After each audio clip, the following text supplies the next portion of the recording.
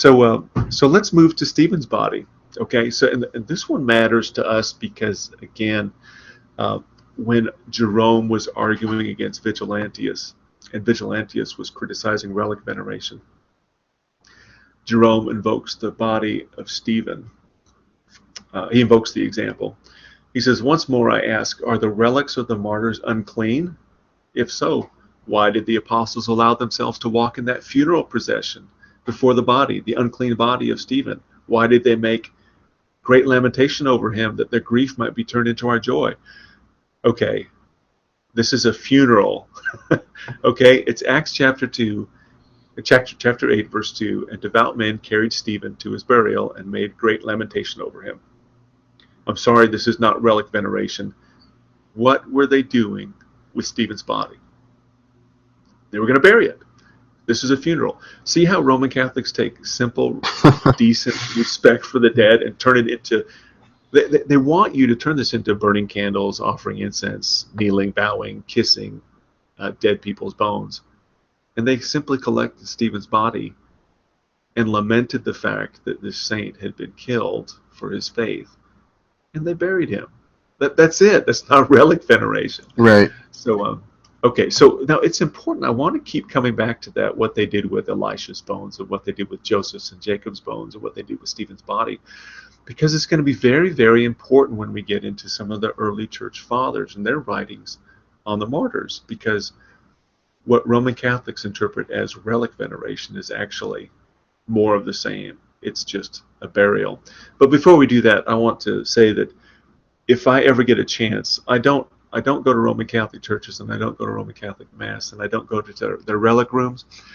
But if there ever is a reliquary that is displaying the shadow of Peter, I want to go and see Peter's shadow, because that's an example that Roman Catholics use of proof of veneration of relics and the significance of relics. And this is from the Catechism of the Council of Trent. It says, "If the clothes, kerchiefs, and even the very shadows of the saints while yet on earth banished disease and restored health and vigor, who will have the hardihood to deny that God can still work the same wonders with holy ashes, the bones, and other relics of his saints who are in glory?" Well, it's a ridiculous question. First of all, I want to say that I do want to see the relic room that's displaying Peter's shadow. I don't know if that would count as a second class or a third class relic, because it's not something he used, and it's not really something that touched him, and yet it's invoked by the Catechism of the Council of Trent as if it was proof that it's okay to bow down and offer incense to bones. But from Acts 5:15, it says, "Insomuch as they brought forth the sick into the streets and laid them on the beds and couches, that at least the shadow of Peter passing might overshadow some of them." So some of them thought that if Peter's shadow would pass over them, they would be healed. In Acts 19:11-12, it says, "And God wrought special miracles by the hands of Paul, so that from his body were brought to the sick handkerchiefs and aprons, and the diseases departed from them, and the evil spirits went out of them." So this is, Roman Catholics are using this as evidence of veneration of relics. But again, none of these qualify as remains. Peter and Paul had not left yet. We're not arguing about what God can and cannot do. Nobody ever said God can't heal people with Paul's apron or handkerchief. The scriptures, in fact, simply tell us that God actually used Paul's handkerchiefs and aprons to heal people from their diseases. That's a true statement. Nobody is saying God can't do this. The question is, when did Roman Catholics start doing this?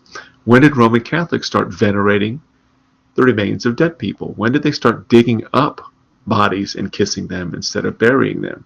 And what we find as we go through the history on this, there is an unbroken record of burying dead people until you get to the latter part of the 4th century. And then they start digging them back up again. And that's where relic veneration originates.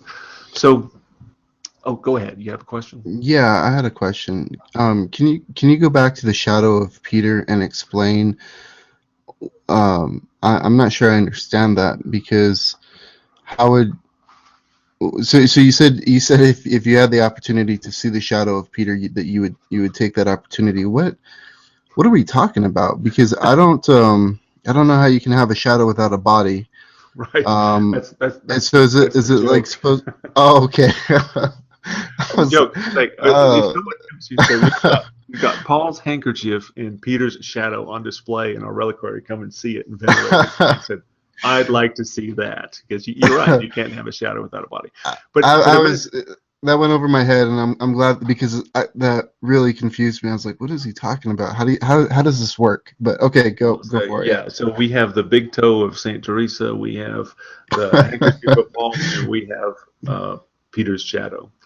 So this is the extent of nonsense. This is the depth of the nonsense that Roman Catholicism will plumb in order to justify bowing before dead people. Yeah. So Okay.